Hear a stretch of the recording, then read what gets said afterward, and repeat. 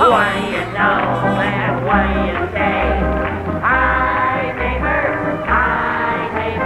throw all your worries away.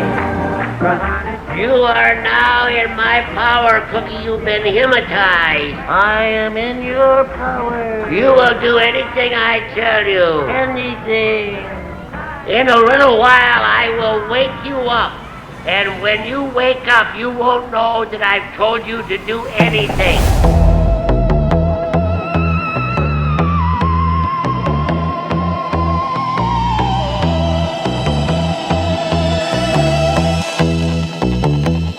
We're gonna clown around.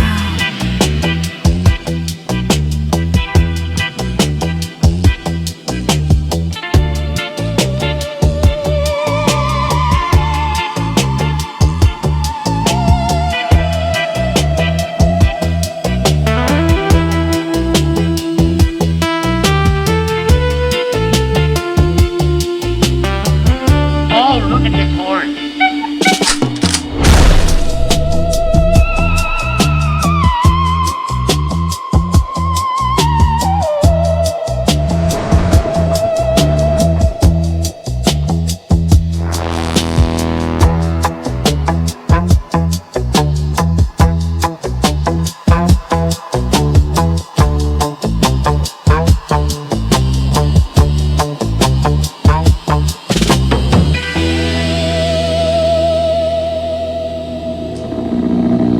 Clown-based life forms.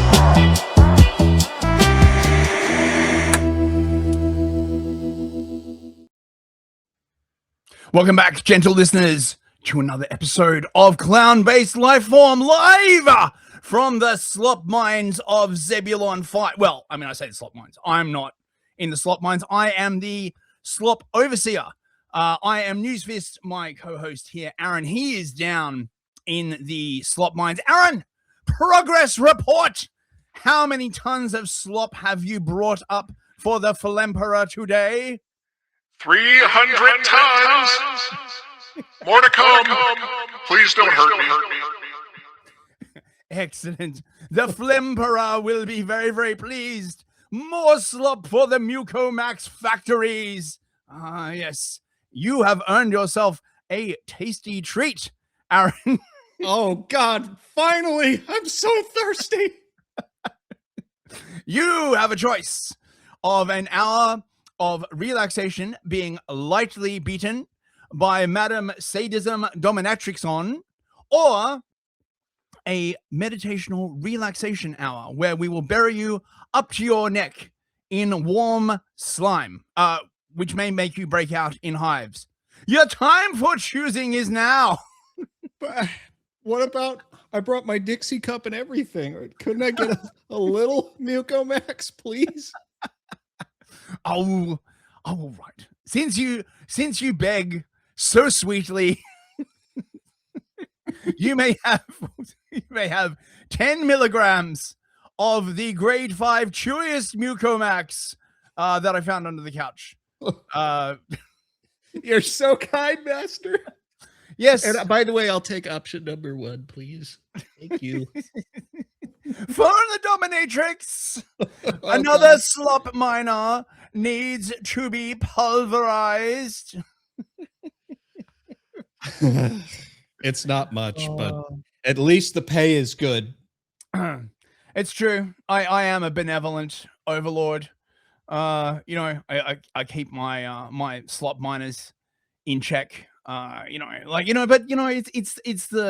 it's the little things. When you're trying to keep a galactic corporation such as Mucomax running. I mean, look, I know it's hard for you, Aaron, right? Down on your knees in the slot mine, right? Dealing with like the noxious gases and the explosions and stuff like that, right? But you know what happens if I don't meet my quota, right? Like Zobo Shackelberg will be like up here, and you don't want to know, right? Like what horrible goy beam based tortures he has in store for those who do not meet their quota, right? It's a circle of life, man. It's a circle of life. I am abused by them, and I abuse you in return. And then I guess you get to go home and torture a cockroach or something in your pod. Things are just so good here. I'm not even mad that the Zebulonians terraform my planet to turn it into a financial instrument. I can buy as much as I want with the Zebulon tokens that I have at the Zebulon store. I sold my soul to the Zebulon store. Yes. You work 16 cycles, and what do you get? Another ton of slop and deeper in debt. Oh God. Yes, it's that time of the week. It is time for chit chat. Commence the chit chat. How you doing, Aaron? You all right, man? I'm good, buddy. How are you doing over there? Oh, it's London, right? So, this sort of, the general sort of tenor of pain and anguish and slop, right? It's a festival of pain, right? It's like if the English made Hellraiser. Oi, bruv. Did you call us? That's our box. Right? Like, gives the box back. Are you sure that the Zebulonians didn't terraform your planet first? Yeah, I feel like they might have. Well, right. That's the question, right? Like, what if, bro, right? What if the world is just a simulation, bro, right? And in fact, right, we're walking around with like psychotronic dildos stuck up our noses that is in fact just feeding us a false world, and like nothing we see is really real, bro, except for Twitter, which speaking of which, did you I know I've talked about Philip K. Dick a couple of times. Are you a fan of the Dick? Am I a fan of the Dick? I would say I've perused the Philip K. Dick. So you are curious about the Dick? Not really. No, I'm pretty straight for a very clownish person. Anyway, so look, one of my one of the favorite themes, my favorite stuff by Philip K. Dick is actually his short stories, okay? Which I presume were all written in like one night of amphetamine fueled frenzy. Okay. And there's one of the ones that I particularly like is called I think it's called The Faith of the Fathers. And basically there's like a recurring theme in some of his short stories that everyone is being fed psychedelics, and that's like how you get the consensus world. And then someone like accidentally takes like Thorazine or something that blocks the action of the psychedelics, and they see like how the world really is, right? And in Faith of the Fathers, there's a guy, he like works for the party. It's basically sort of like the CCP, like the old style CCP, not the new style where they're like, make money and be happy, but like, the 50s, 60s CCP. Okay. And Chairman Mao is basically sort of like this weird hallucinatory construct, right? And so this guy, he gets contacted by the resistance, and the resistance slip him this like this powder, this snuff, okay?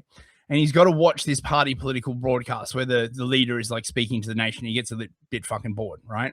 And so he has some of this like snuff, and suddenly the leader on the TV, right, it like transforms into this like tentacled like Cthulhuoid pseudopod creature. And it turns out that what they've given him is Thorazine, which has blocked the action of the psychedelics that are in the water supply that are affecting everyone. And and everybody in the resistance, when the psychedelics wear off, they see the leader as one of like several different like weird alien forms. Crazy fucking story, man. It's very, very, very good. I would highly recommend. And there's another one I can't remember the name of, where there's like a bunch of people in the city and they're like wandering around, and it's all a hallucination, basically. I'm he's not the only person to do this trope, but you're wandering around and like everything like looks great, but it turns out like everything is completely like rotten and horrible. And that's basically London, I guess. I don't know where I was going with that, but you know. That sounds awful. Man, I hope my country isn't getting terraformed by the Zebulonians too. Well, you know, I mean, I guess which part of your country are you referring to, right? You know, what kind of Zebulonian are you? Well, a good one. I'm a good one. Don't hurt me. Don't hurt us, oh Zebulonian overlords. Please don't. We have podcasting to do. Think of all this slop we could mine for the great Flemperor. Oh, God, blessed be his name. His zesty mucus blesses us all. Flemmy and shiny. I don't know. What's the Mad Max thing? Shiny and chrome. It'd be Flemmy and I like sort of mucosal and corpulent. There you go. You know, right? Like a sort of, you know, like a benevolent slime that touches all of us. Yes. Oh God. Yep. So where did we leave off? Yeah, where did we? Is that enough for the horrible chit chat? I don't listen. All I remember is that we were talking about Michelle Obama being a lizard man, and then Sabotage Zevi came up, and it got, well, less conspiratorial and more like real talk. Yes, and then I went off on that very, very sweary tangent about government through deception. Somebody clipped. It actually made it. That was freaking great, man. Yeah, I mean, I listened back to it and I'm like, oh my God, I really was swearing a lot. I guess I just get very passionate about these subjects. I played it on my show and I had a bot beep it out. And I was like, halfway through, I'm like, gee whiz, he really did go crazy. And then it didn't get all of them because it was just so much. There's nothing you can do, mate. There's nothing you can do. You can't, you can't stop my sweary autism. The passion broke through. So this is where we were up to, right? We're talking about how the Earth was flat, and is Michelle Obama actually a lizard? This is from the UNESCO Conspiracy Guidebook, bros. Addressing conspiracy theories. I mean, do we want to go back into this, or do we want to do some sort of public service announcements? Because we've still got a few of those actually. Well, I don't think we should run away from this just yet, because the interesting thing about this is it's for educators, right? Yes, and that makes it extra chilling, you know. Yes, it does. Fake news. Why do people believe in conspiracy theories? Oh, I mean, I don't know. Why? Man. Why? I mean, I just wanted to look at this one. Beats me. How can you tell whether something is a conspiracy theory? See, okay, so now they're asking the important questions, right?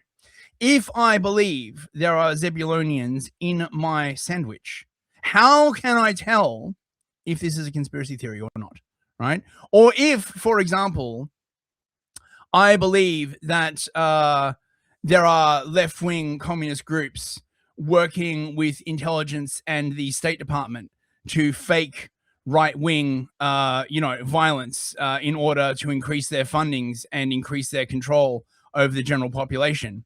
How would I know whether it was true or not? Good question. How would you know? The answer is simple. Did the government say it's okay? Then it's true. We all like the government, right? Oh, yeah. Absolutely. You know me, mate. The government, I'm like, woo, the government, woo! I have my jersey out. I got my flag on the wall. It just says USG. I love it. Mate, I love the government so much. I call it the glizz-government, right? Right? You know, when I go down to the ballpark, right, and drop like $50 on a glizzy, right? I don't just ask for a glizzy. I'm like, can I have the glizz-overment, right? They know me there. Because I'm down there. I'm down there all the time. At the ballpark watching the sports ball. Right. Why would anyone oppose the Glizillist agenda? The Glizillist agenda. Wouldn't be me. Nope, no, sir. I'm a happy little American. Oh, yes, I am. Absolutely. Card carrying member of the Vajazzle party. Simping. The cards are, you have to laminate them yourself, and if you lose it or it gets damaged, you have to pay for the replacement. That's how you know it's official. Oh my god, simping for the glizz-overment. So I mean, and I just wanted to sort of point out, I mean, you heard about what happened with the SPLC. This Yes. is like breaking news, right? The SPLC, Southern Poverty Law Center, who for ages, along with the ADL, has been sort of like the premier American anti-hate organization. They're fighting hate. Actually, wait, where's their fucking website? Since we're going to talk about them a little bit. Excuse me. I just hear this like furious typing away on this end. Yeah, I got this special keyboard that's like more clacky. No, like literally, it's like really, really good. The Southern Poverty Law Center, a beacon of hope for 55 years. Oh, look at this. How long, oh Lord? Look at the people. You know, they're supporting strong black brothers being kept out of representation by the evil whites. There's a picture of Tommy Rubenstein right in the center. Trends and incidents of the hard right. The hard right. Oh, mate, that's what happens when you go to the march. I love this. Intelligence Project Dispatch. What is this? A police station? What the hell is this? Let's see, shall we? Let's see. Southern Poverty Law Center stands as a beacon of hope, fighting white supremacy. Oh. Okay. That's the only place hate lives, dude. When you know, how do you define white supremacy? Is it just like white people doing stuff and wanting to have a functional society? Because it fucking sounds like it, man. Yes, it is. That's exactly what it is. Any kind of, everything is white supremacy, because the people who wrote this definition wrote the IHRA laws. I mean, come on. It is a iron dome, if you will. Yeah, an iron kipper.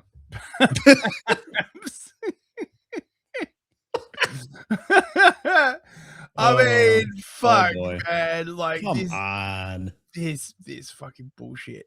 Right. So then the SPLC and the ADL have been, you know, right. And like, this is the problem with white supremacy. You're like, well, okay, could we just go off into, I don't know, the Ozarks, right? Like in the middle of nowhere, and just have a bunch of like white people and have a small functioning town? No, says the move from Washington.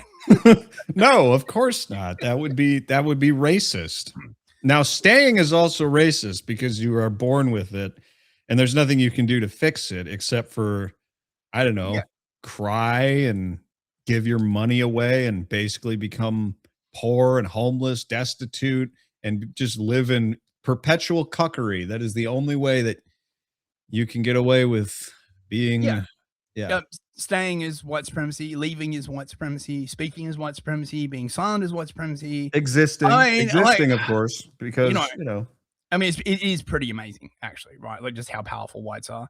I can just like basically sit on my ass and do nothing and just exude white supremacy, right? Like just, because I'm white, right? And it's nice to be acknowledged, right? As the sort of like, it's such a fucking weird, like, No, it's ridiculous because it's undefined. It can mean anything.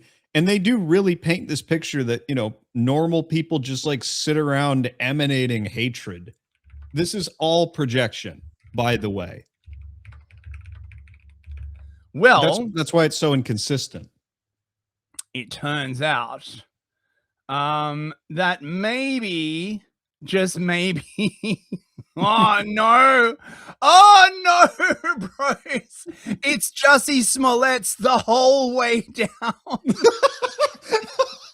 Yeah, that's exactly what this is. It's an institutional Jussie Smollett. Yep, the whole Holy fucking crap, thing, right? man. They were taking money from like donors, but basically the demand for racism outstripped the supply. Yes, it always did. Because listen, there's a Canadian buddy on YouTube named AVE, and he did a video that I played recently on a stream about perverse incentives.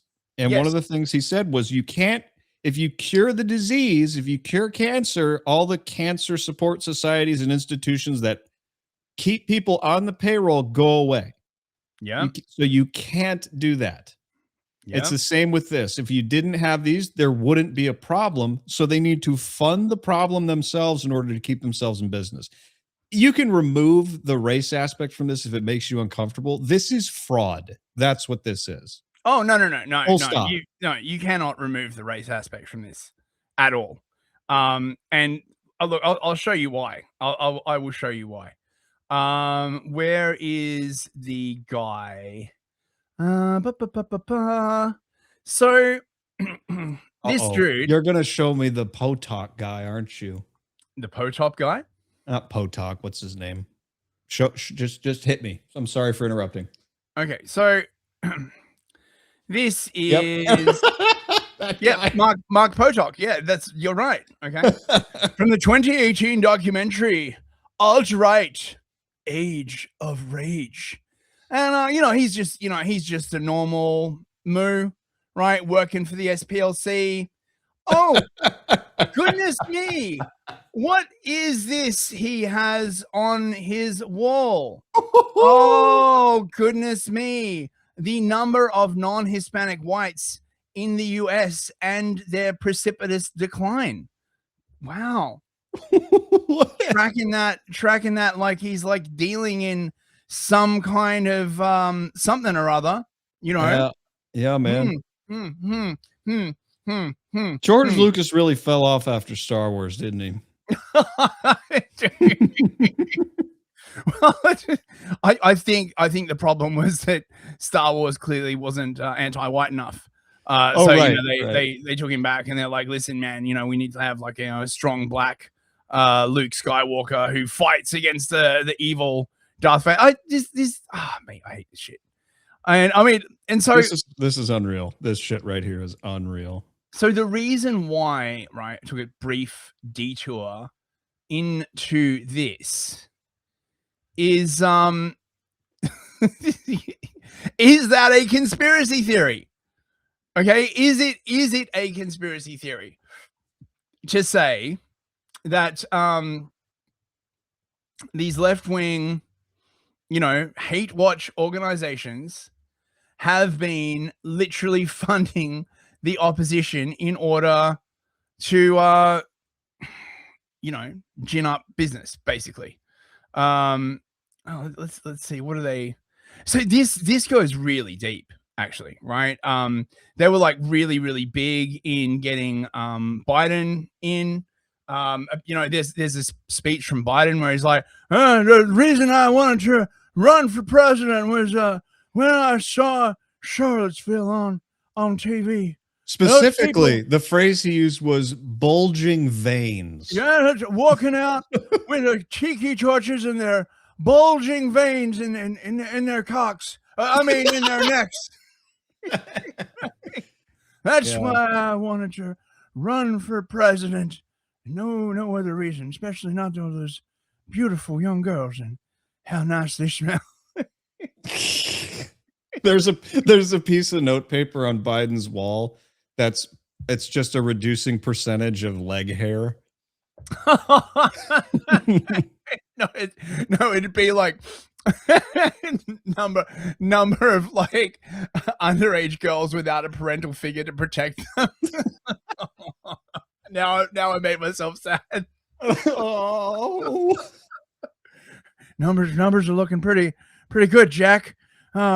tell you a secret. Government can take care of all those kids. I'm the head of the government. I should know. So the case you were making to me was that this can't be separated from race. I'm ready for you to make that case. I'm ready to learn how much of a race cuck I am. Well, it can't. Like, no. I mean, the reason why it can't be separated from race is that the people that are attacking the whites won't separate it from race. Okay, so you yourself don't actually have to like be like a proper 4chan racist, right? Like, look, I mean, I try, okay, like I really, I try, but then I'll meet someone who isn't white and they're like actually quite nice, and and I just, and I know I should, obviously like hate them, but I just can't, and so don't tell anyone, right? 4chan will revoke my racism card. But the people who are pushing this stuff, I mean, this is the irony. They're all like, we don't see race. Yes, you do. You're the most racist fucks around. Like, you literally make the average 4chaner look like a garden party in comparison to your seething hatred of white people, right? Because what they did to you by like having a functioning society, or in the case of the Moos, allowing you to move into a functioning society. All of this crap is just fucking the Frankfurt School, like again and again and again, right? Like, so when the Frankfurt School, like when Adorno, Marcuse, like all those people got like lifted out of post-war Germany by the Americans and settled in, California, Berkeley in like, late 40s, early 50s, heaven on earth. Right? They're like, the first thing they did was look around and be like, there's a lot of white people here. I don't like that. It's true. It's true. There's no getting around it. There is just no getting around it. But we white people, we don't like thinking about these things because it's not in our character to just be hateful for no reason or to hold a grudge for thousands of years. Yeah. Well, you know what they say about white people, right? Like the 5 stages of white anger. Oh, it's like, oh, buddy, hold on there, bucko, right? And then a couple of steps more, and then you've got mustache man, basically. Like, it just kicks off.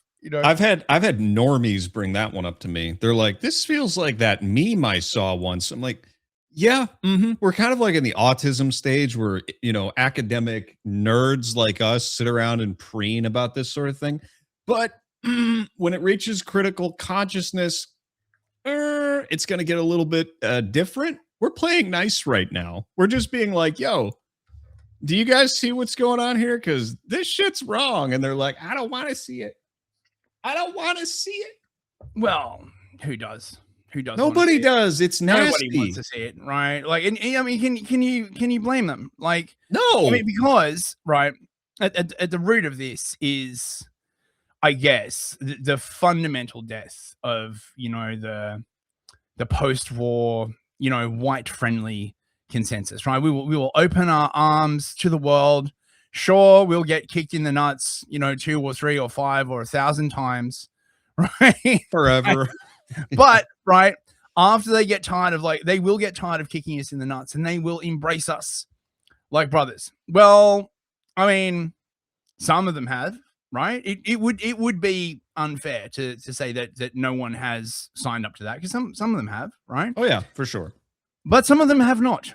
And this idea that it's sort of an infinitely movable feast, I guess, right? Like, we're just going to keep going, right? Like, you've got like a rabid dog, and you're like, oh, he's so cute. Look, he's just had a bad time. He's like, literally foaming from the mouth. Look, he just needs a bit of a nap, right? Problem is that he's cold, and you like wake up and he's like chewing on your leg. And you're like, oh, he's just like playing. It's funny. I saw a post this week about the movie To Kill a Mockingbird. Have you ever seen it? Not for a long time. I think I read it in school. And this, sorry, so go on. I've got a larger point actually. Well, I didn't mean to interrupt your larger point. But what I saw about To Kill a Mockingbird was basically that you can't watch it now without cringing because it's too on the nose.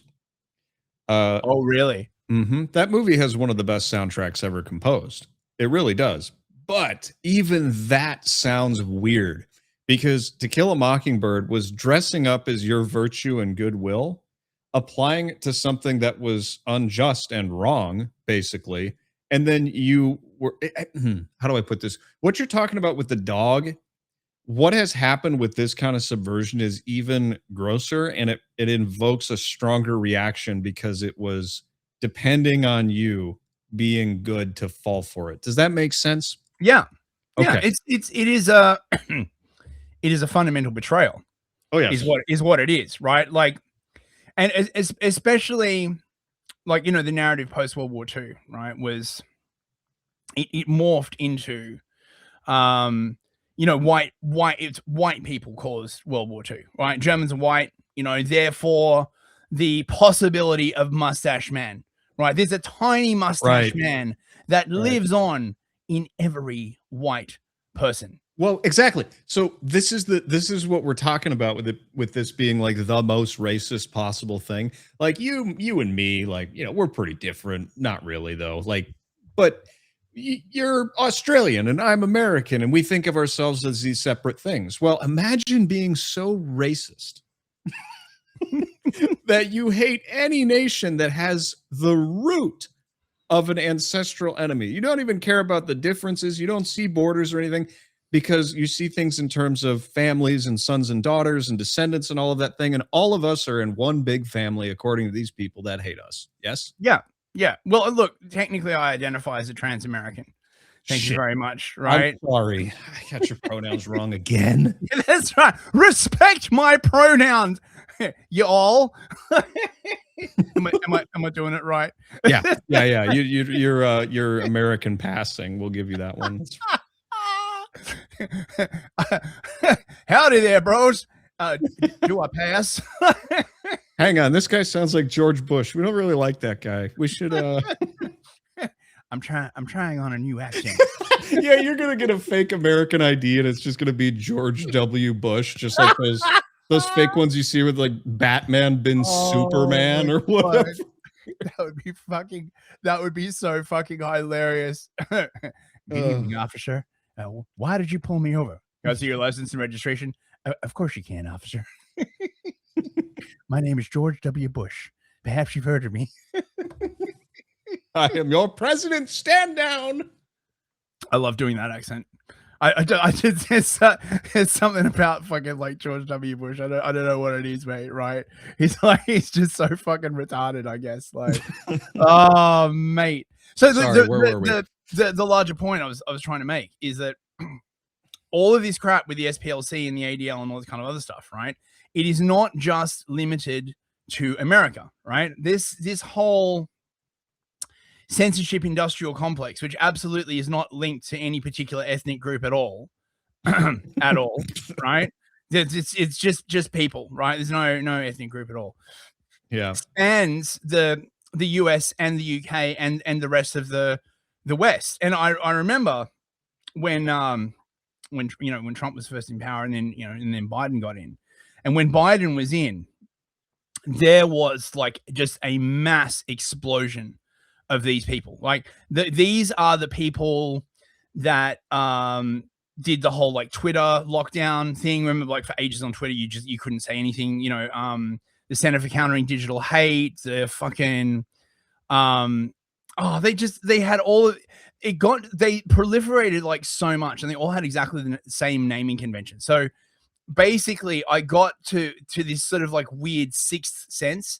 Like if you just told me the name of an organization, I would immediately be like Glowies, right? Yep.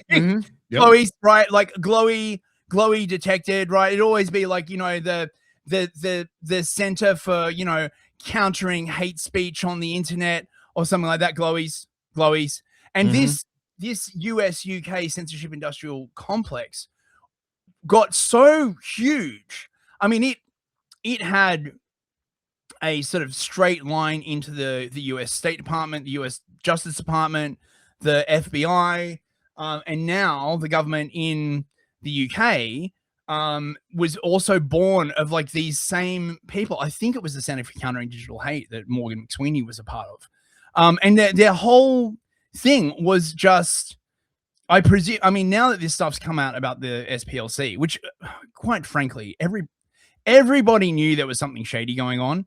And it's yet again, one of those like, oh, relax, guy, come on, we're the good guys. We're the guys fighting hate. No. They've all got intelligence links. They're all like massive censorship pigs. They're all fucking communists. Many of them, not all of them, but many of them are of a Levantine extraction.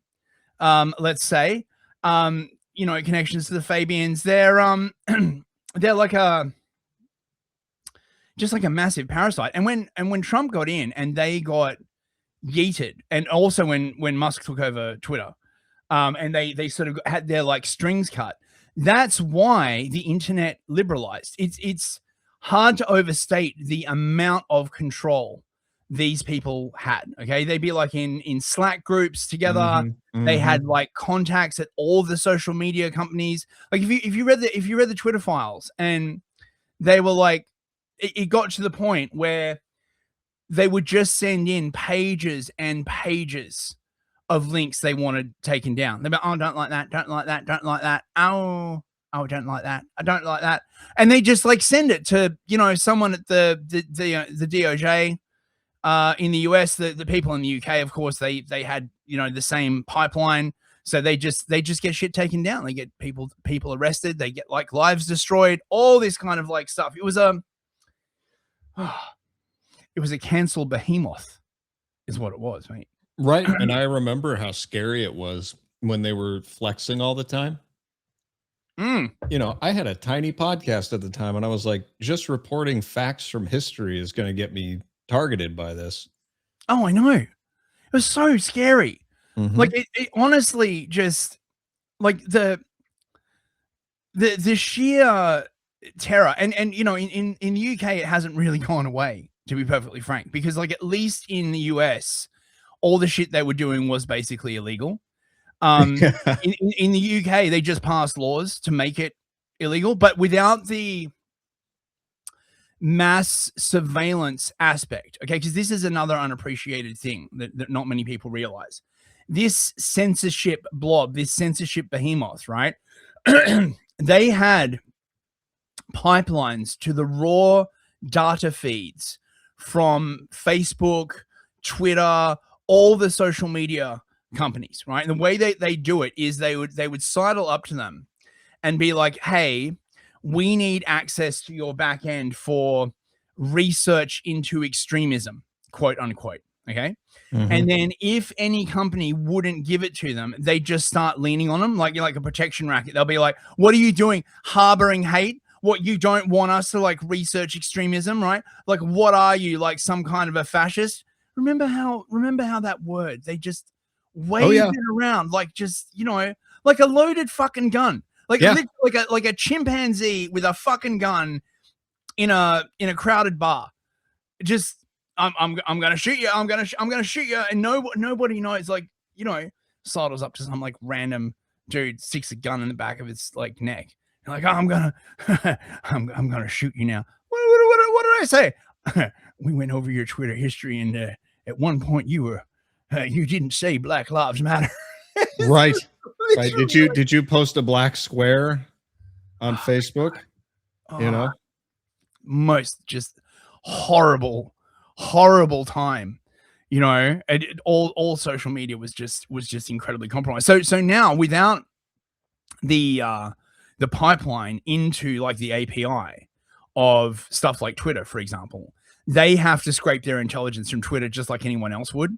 Like they have to use Twitter search, and there are some tools that you can use. You can search for keywords, but back in the day, they could just email Twitter any time of the day and night and say like, who's behind that account? Give me their real information. Right, that's it. You're doxxed. Whereas now they can't do that. So all the doxings that happen now, they've got to sort of do indirectly, or at least I think that's how it goes. Like. But back in the day, it was just rampant. Like they just had so many people on the inside at Twitter just you know, you want to, you know, if you knew the right people and you wanted to know someone's like real docs, all you had to do is, they're spreading hate. They're not supporting Black Lives Matter. Terrible time. Did we get off on a segue there? I can't remember what we were talking about before. We were talking about the SPLC being caught creating the problem. Well, yes, of course. And I mean, obviously there is the monetary advantage. Okay. So apparently all this kicked off at the Unite the Right rally is where this all originally started. Okay. Charlottesville, the cheeky torches and they're bulging cocks. Now someone did die at Unite the Right is my understanding. See, this is a bit before my time. I only really started paying attention to crap in about, like, I don't know, 2018, right? 2016 was still a bit, I was still like a bit disconnected from reality. And allegedly, cannot confirm, but allegedly they really wanted more people to die. And they had lots of informants and they were trying to set up for some like mass casualty event. But it didn't go down because apparently like a bunch of like right wingers thought it was a Fed op. Gavin McGuinness was basically saying like, oh yeah, there was this dude who worked for the Proud Boys. And everyone like assumed that he was like a Fed, and he kept calling me up saying, oh, you've got to come to Charlottesville. You got to come to Charlottesville. And he was eventually like, no, I'm not going. Like, shut the fuck up. So yeah, it didn't, it didn't go the way it planned. So they did increase their money, but I think it's more than that. I think it's just a weird desire to just torture their political enemies and kind of, I think this is the ironic thing, is that these people, the ones who bang on about fighting hate, are literally the most hateful motherfuckers like you've ever met in your life. Like they just burn. Like it's not like, oh yeah, that guy like pisses me off. Like, you know, I hate him. And then, you know, you sort of wake up the next day and you're like, yeah. No, they're suffused with it. Like they just brim with hate, you know? Right. Because their definition of hatred is you disagree with me. And the essence of what they are is hatred. And we call this hypocrisy, and they don't care because they have all kinds of words jumbled up in their head. Right. Yeah. So we can truly sit here and observe that these people are extremely hateful and live in darkness and are not having any fun at all. Meanwhile, people on the right wing are just, I mean, half the things they do is for the lulls, right? Oh yeah. Yeah, much of it is for the lulls. Like, right. Even the really hateful stuff. I think as well, what is that quote? Something the most sort of earnestly derived joy is giving people an excuse to do bad things for a good reason. I'm butchering that quote, but you know, you unleash these people. You're like, oh, you can be as horrible as you want, ruin as many people's lives as you want, like just mess people up. You're doing it for a good cause.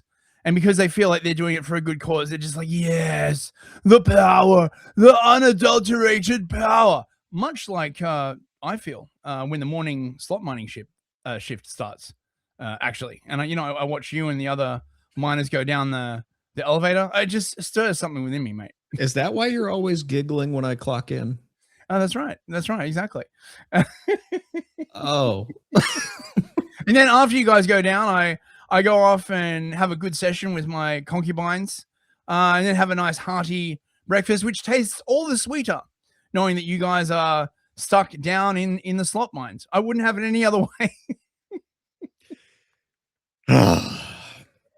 You know, it's amazing. I just to go back to what you were saying about them being the most hateful people. It's one of those things that's like, it's manifest. It's clear that these people are like kept awake at night by their anger and their hatred. And what's crazy is that they're extremely good at mimicking, I suppose, empathy or, you know, positive feelings or stuff like that. But when you really get down to it, or you get them a couple drinks in and you start asking questions, then it comes out. every time. I don't think they're very good at emulating it. As you said, just scratch the surface and it'll come out. I mean, imagine like, okay, like to me, like a hateful person is like what you described, right? Someone who literally they can't sleep. They're so twisted up, right? They try and get a nice nap, and they're like, man, I hate those fascists. I hate them so much. Like, they got like high blood pressure, and but it also seems like a lot of them are just straight up criminals. Yeah. As well, right? Like, yeah. Like they're just doing the bio-Leninism thing, and they just scoop up these shady people with criminal records, and they just pay them money. The funniest thing about the SPLC thing is that they were directly paying money to, right? Like not small amounts of money, but basically supporting some of the people who were on their goddamn like hate list, right? So they would literally like they'd have a page on the SPLC website, watching hate, and they're giving these people like $100,000-$200,000 a year, right? To be like hateful. Now, I think that this variations of this scam is actually much more widespread than most people think. Oh, he's gone. Did we lose connection? There you are. Hey, I think they plugged your fiber in there, buddy. Oh, god damn it. I hope this turns out all right. Using old internet connection. I think that this scam is probably like much more widespread than most people realize, actually. Oh, yes. Oh, right. Yes. And that and this is a crucial part of what I was rambling about last week about government by lies, government by psyop. And this sort of deliberate use of glowy tactics, basically, right? Like, secret informants, secret intelligence, staged operations, all this kind of other stuff to keep people in this sort of like constant state of anxiety to like continually extract money, credibility. Like I said, it's Justin Smollett, like all the way down. It's like if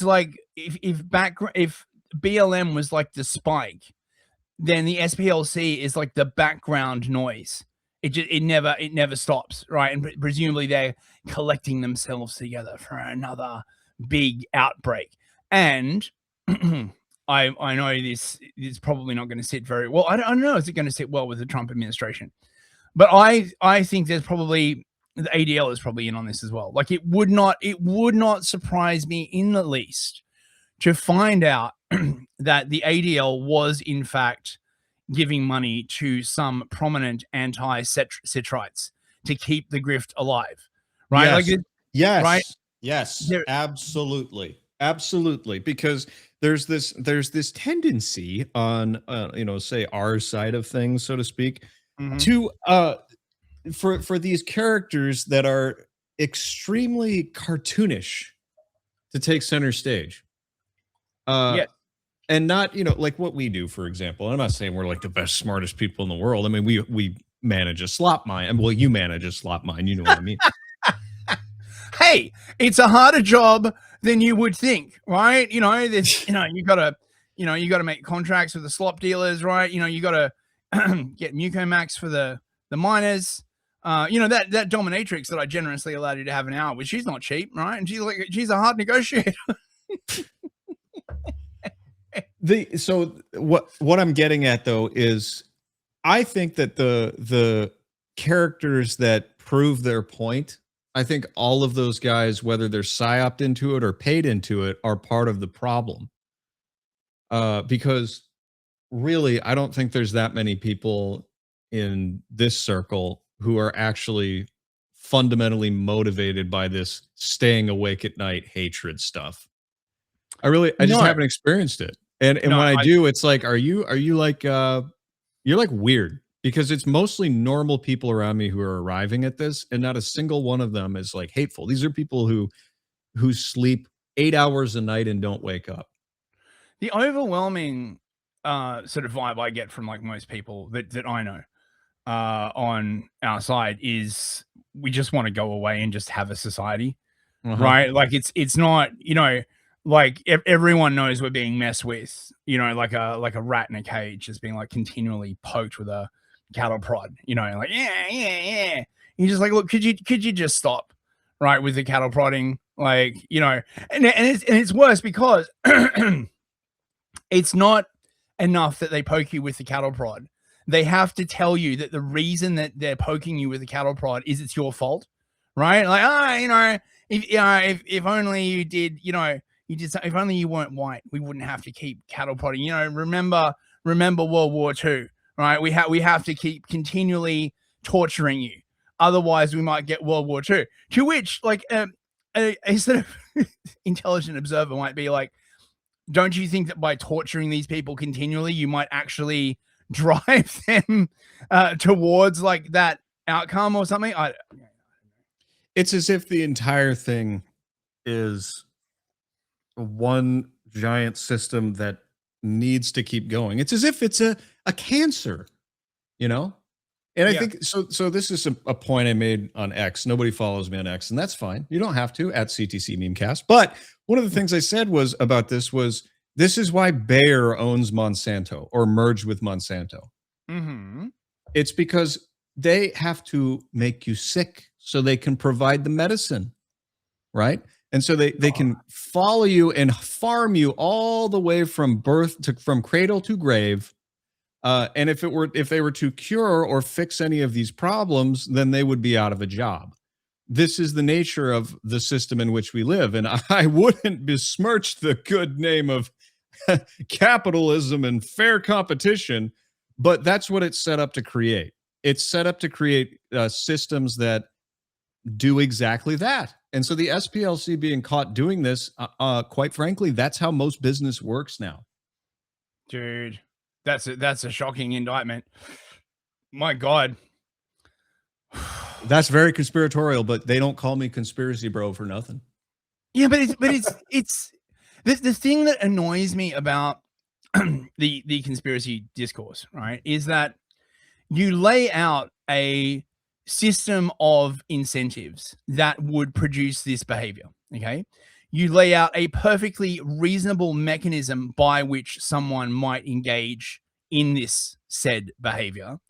You like point to actors who are clearly engaged in said behavior. And they're like, oh, well, no, that's just a conspiracy theory. You know, the thing that really struck home to me during COVID was they never go at you for lying. If you ever noticed this, right? Like honestly, you can lie as much as you want, really. They don't really care about the flat earthers, right? They don't really care. Like the only reason they care about the flat earthers and the people who, you know, autistically think like the moon landing didn't happen, I don't know. I don't really care, right? Like, is because they believe that it spreads distrust in government. If it weren't for that, they wouldn't give a crap. Like, they only care when you say stuff that is true. Like, as soon as you say something that is actually true, that like you are rising above your station. You are starting to, you are starting to elucidate a theory of reality or a theory of government or a theory of human action that you, as a lowly goy, should not be able to participate. Then it's like, well, hold up there, buddy. Hold up there, right? Like, well, because I'm a good country farm boy. I like to think of things in terms of like animals, you know.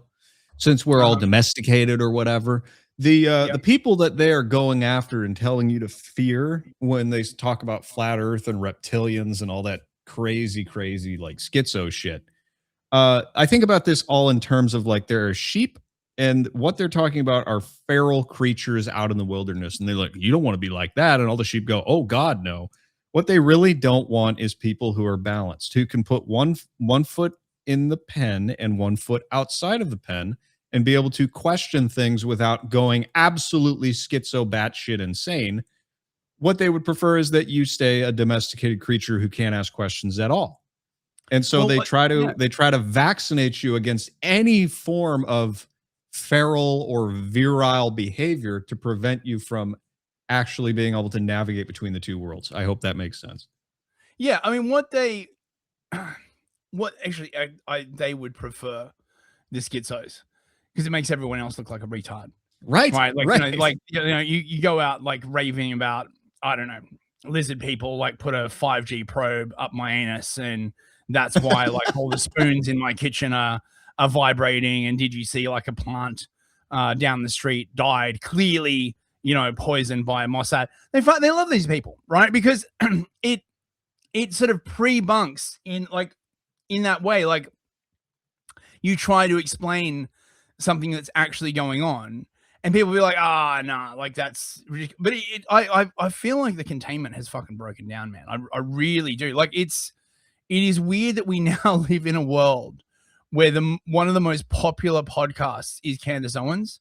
And I know a lot of people would be like, that's probably because she's a glowy. I don't think it's because she's a glowy, right? I mean, she might be. I can't say, but I think what has happened is that this conspiratorial mode of governance only works on a country full of marks, because that's what it's a scam, right? And to run a scam, every scam needs a mark, and you're essentially running a scam on an entire country or on the entire world, right? And every single time you scam a mark, the mark gets wise, and then he won't fall for that scam again, right? Like, it's an extractive process. And if you are consuming marks faster than they are being produced, or people start getting wise and they start like telling each other, being like, "Hey man, this shit's a scam, like don't fall for it," then people are going to stop falling for the scam. And I think that's what's happening. Everyone's starting to just realize that a lot of the way that things are being run is essentially it's a scam. It's a mind trick. It's a carefully crafted lie designed to separate you from everything you own, right? Like, not just financially, but also, religiously, ontologically. It's designed to separate you from your sense of place, sense of history, sense of ethnicity, like everything. Like, you are meant to be sort of just the ultimate. I guess that's the end point of the liberal goy beam, right? You just exist as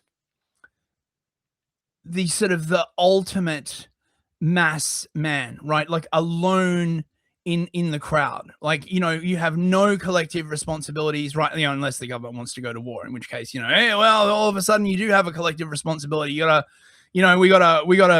destroy Iran, right? Like, get in the boat. But apart from that, you're just an individual.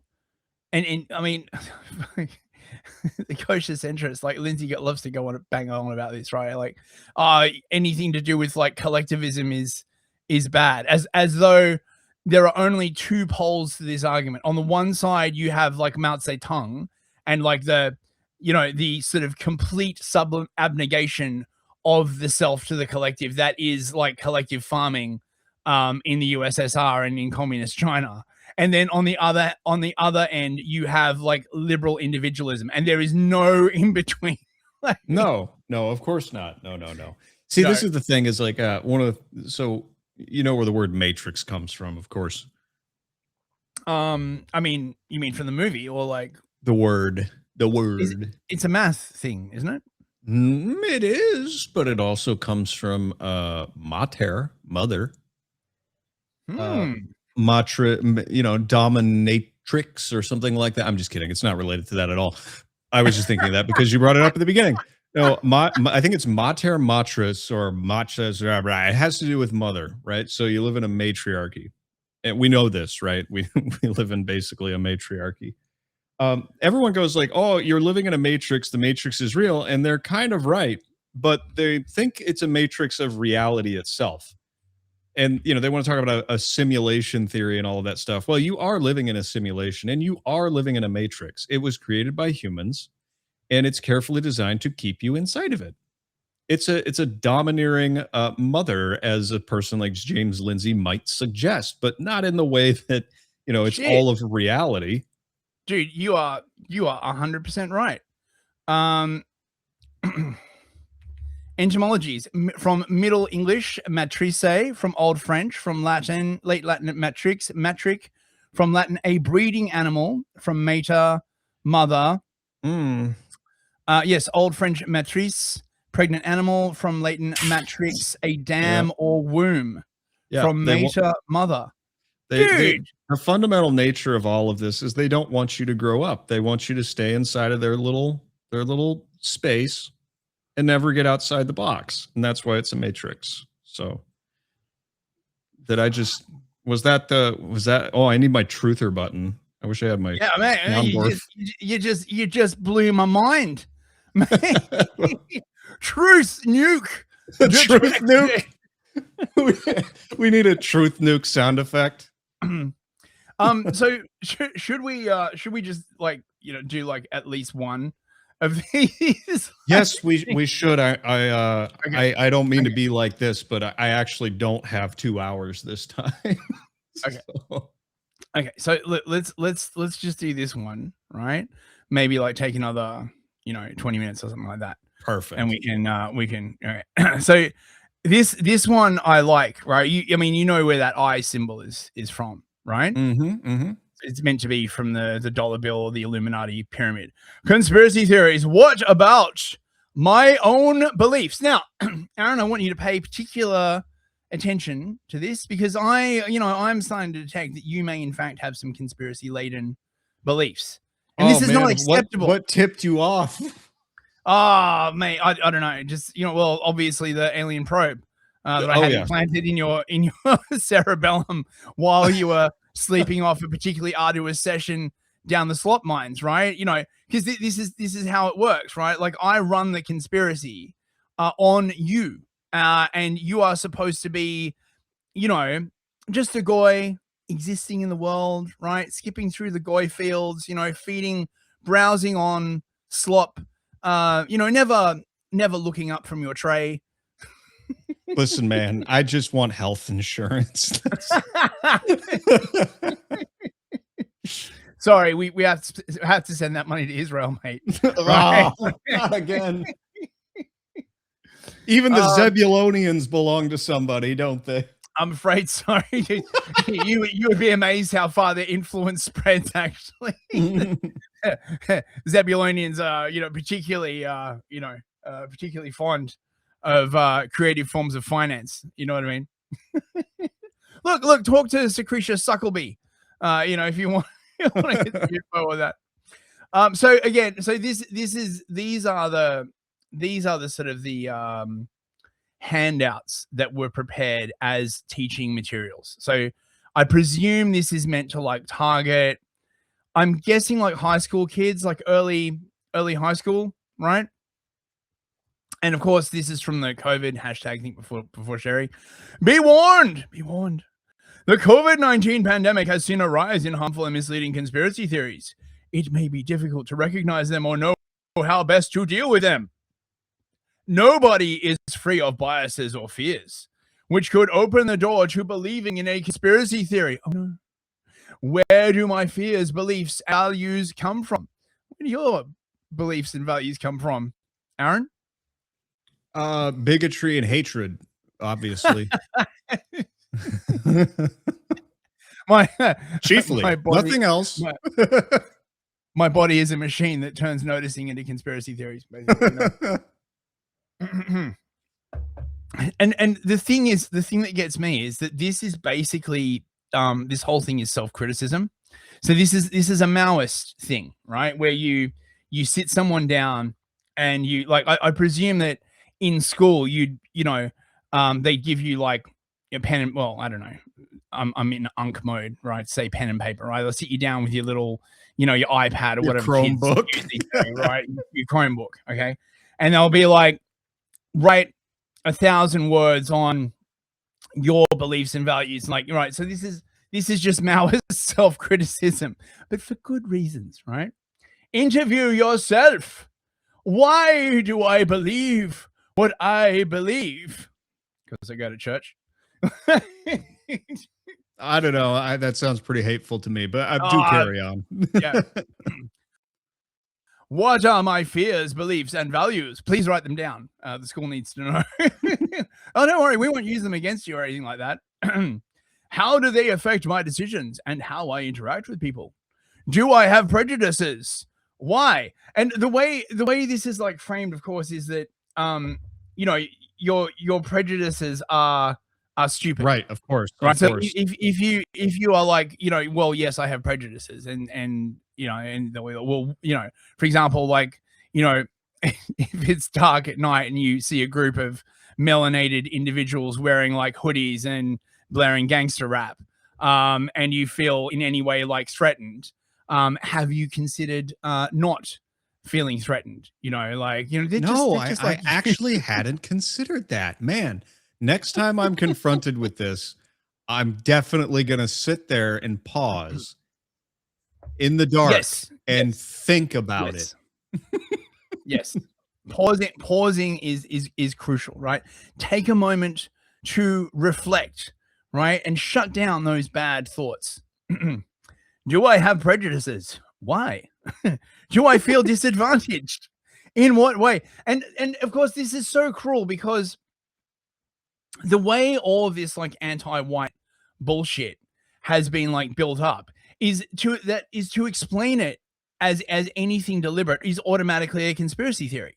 Just by definition, the idea that there's a whole bunch of people like messing with you in subtle ways because they hate you because of your race. They'd be like, oh, don't be silly. Right. Like, you know, it's just the system, you know, it's like, and then of course you get the thing that the kosher centrists are trying to do, which is like, oh, well, you know, you're just like BLM. Then no, you're not like no one on the, you know, on our side of things is going around like harassing diners, right? And like, you know, forcing them to say like Christ is king at knife point. Like, I mean, it's so fucking ridiculous. Okay? But they did once like 300 years ago in a movie that I saw. So, you know, they're going to do it again. I'm joking. Do I feel the need to blame somebody else? Why? You can see where this is going, right? Like, oh, so, you know, oh, you feel disadvantaged. Do you blame anyone in particular? Like, you know, then we're not gonna suggest anyone. Like, who would you possibly like blame? Why do you feel the need to blame somebody else for what is clearly your own? It's your fault that interest rates are like so high, right? And yeah, like the whole society is suffused with usury, and there's no jobs, and like there are a bajillion Somalian migrants. You did that. You did that. You know, like it was literally your responsibility. Here, have another fucking cattle prod. You know, that's such a vampiric take. You let me in. It's like what? Oh, what are you, Nosferatu here? Like, yeah. I'm sorry. Was that was probably too far? I apologize. SPLC. I know you're in trouble, but you know, spare me. Spare me. How do I choose my sources of information? Have you thought of choosing sources of information that are approved by the government? Has this changed since the COVID-19 outbreak? COVID-19 is frightening. Woo! It's normal to feel overwhelmed and search for answers. But keep in mind, nobody is responsible for creating the virus, but we can all help curb the outbreak. Okay. It's like methinks the lady doth protest too much. What an odd thing to say. Yeah. Right? Like, no one's responsible. Like, it's not in any way deliberate. No, of course not. Oh my god. Yeah, we've got more of these. I mean, oh god. It's cringe all the way down. And Jussie Smollett really is. It's amazing.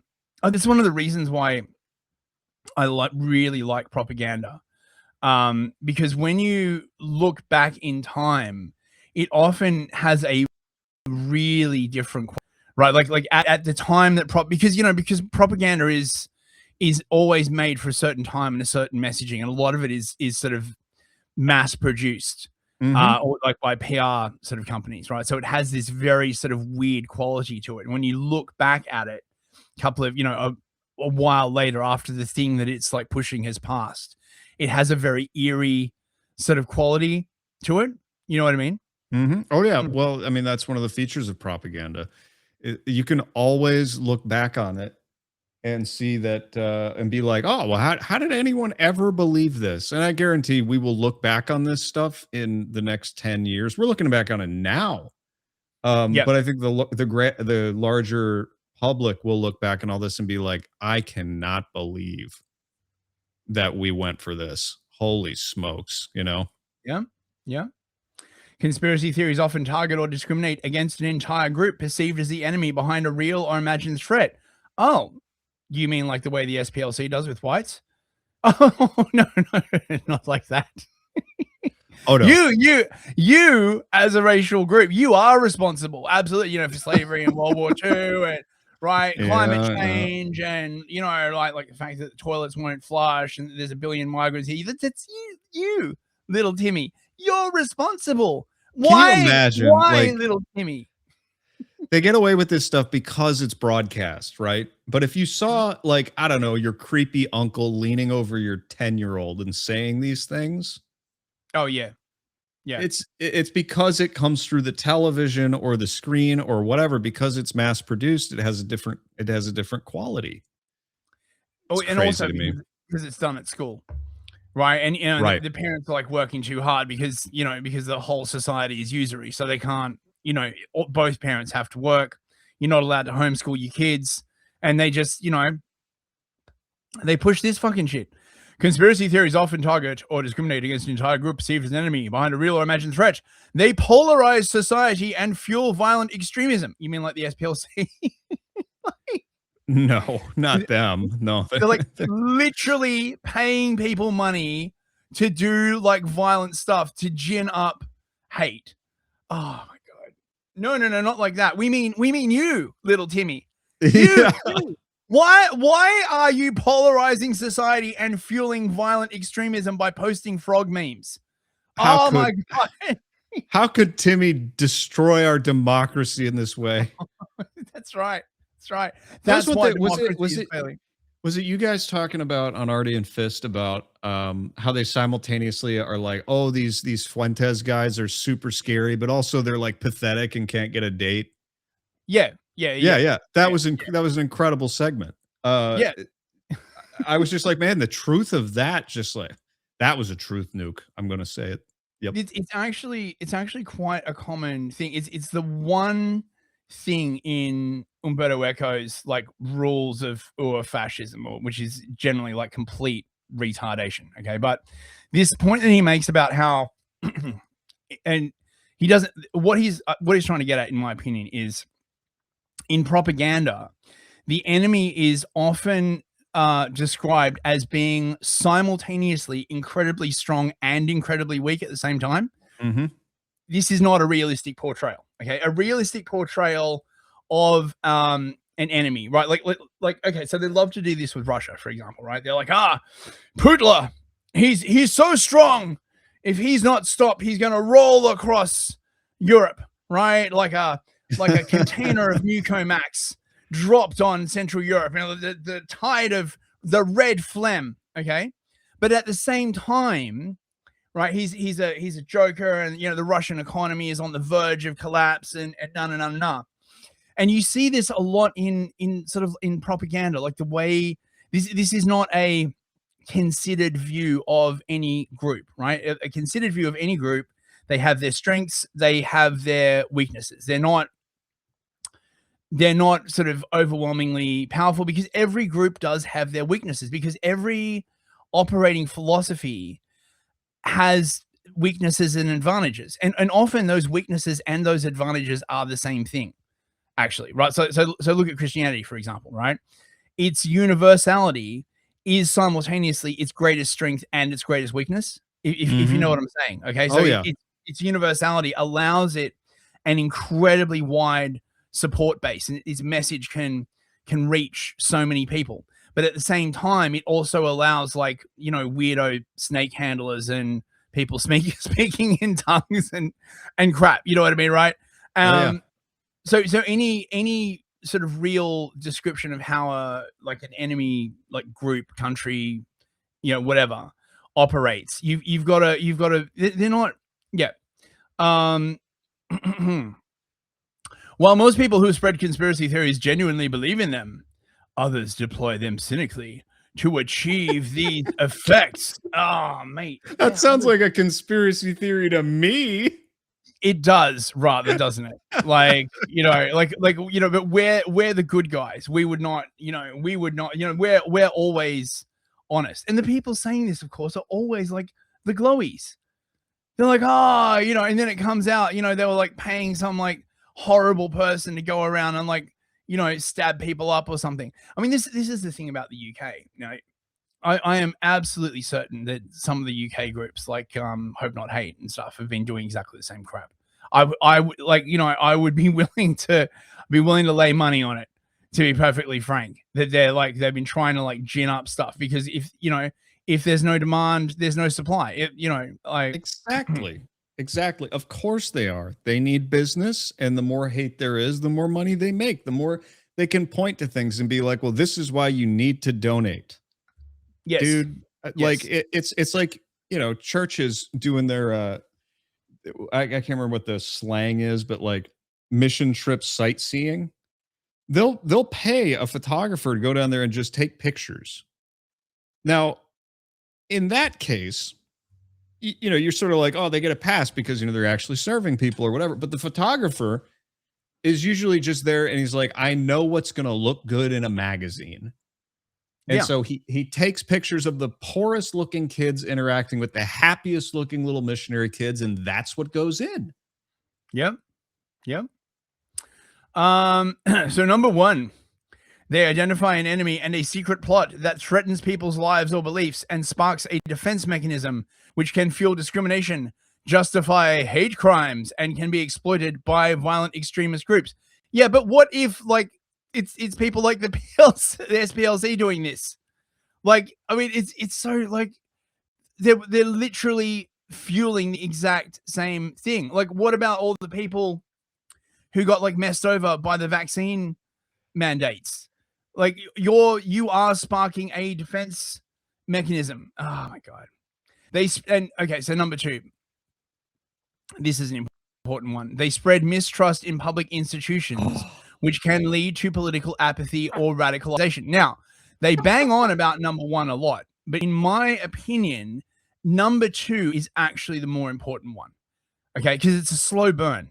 Okay, like everyone's focused on the news cycle and like the latest. Oh my god, have you seen the latest hate crime or whatever, right? Mm-hmm. But number two, as I was ranting about last week, this is a far more serious disease in the body politic, right? Where nobody trusts anything the government has to say anymore. I'm already there, man. I've been there for a while. I mean, there's a bunch of stuff going on in the UK in like politics at the moment. I just don't care.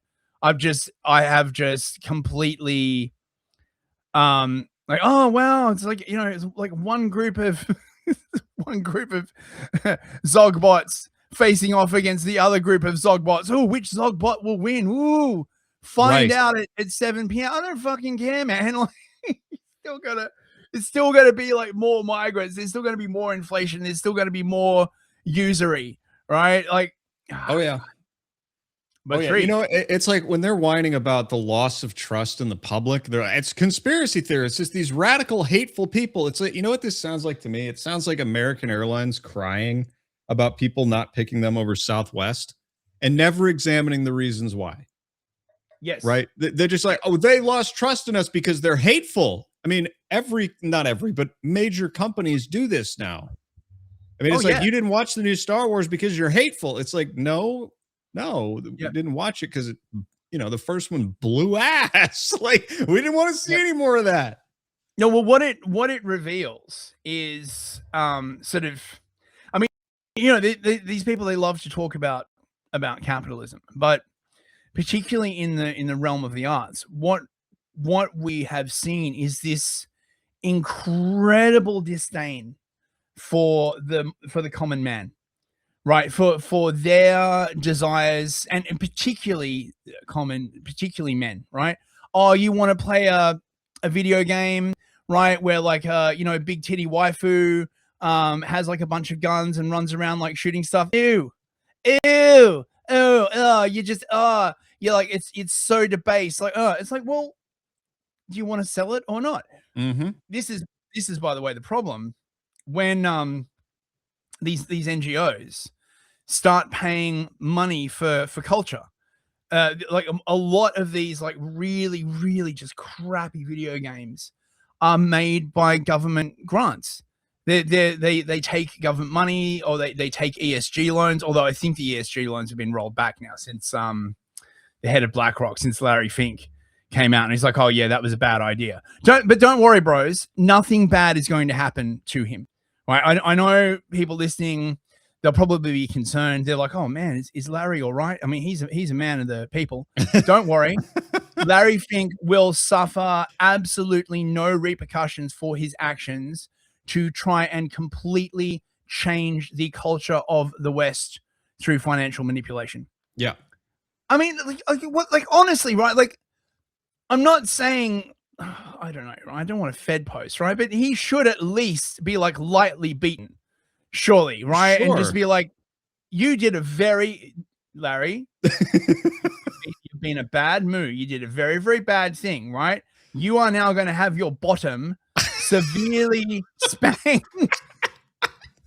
Yeah, I mean, it's pretty crazy that we're at a place where we can just allow this kind of thing to happen. Yeah.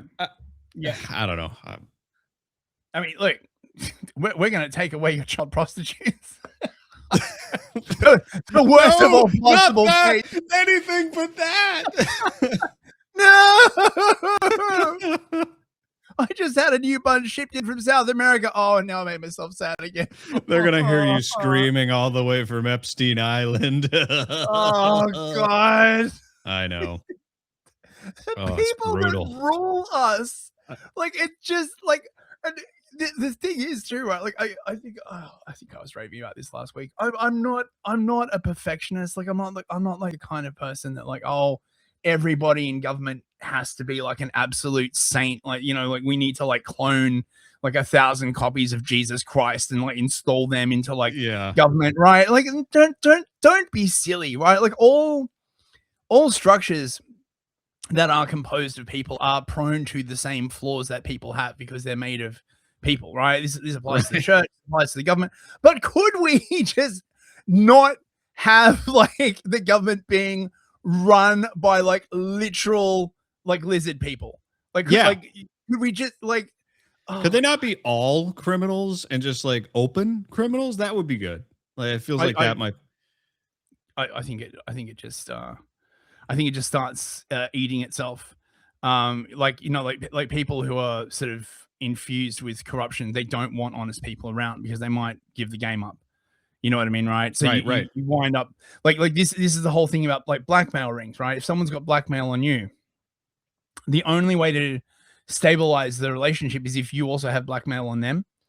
And so then you just wind up in this sort of situation, which many people have commented on, which is that if there's nothing to blackmail you on, you don't get anywhere near government. It's just impossible. They won't let you. How would they control you once they let you into the club and you see all the horrors behind the curtain when they invite you along to like the child organ eating party, right? Like child organ garden party. Like, sitting down and, you know, fucking nice like boathouse in Rhode Island dining on a small Mexican child. Now I'm sad again. I know, you just keep doing this to yourself. You're making yourself sad. Stop it. so horrible. Ladies and gentlemen, this is Jose. He will be our first course. Say hello, Jose. Hola. Doesn't understand a fucking word of English. Oh, God. R.I.P. Jose. Oh, mate. F's in the chat for Jose. Oh, God. Oh, my God. Mother's like fucking, you know, send him away. Like, you know, oh, we'll take your son to like a lovely orphanage in America, right? He'll want for nothing. He'll grow up and become a doctor and start sending money home. Oh my God. It's so number bad. 3. They spread mistrust in scientific and medical information, which can have serious consequences. Yes, well, you shouldn't have lied, right? I mean, you know, you should have lied.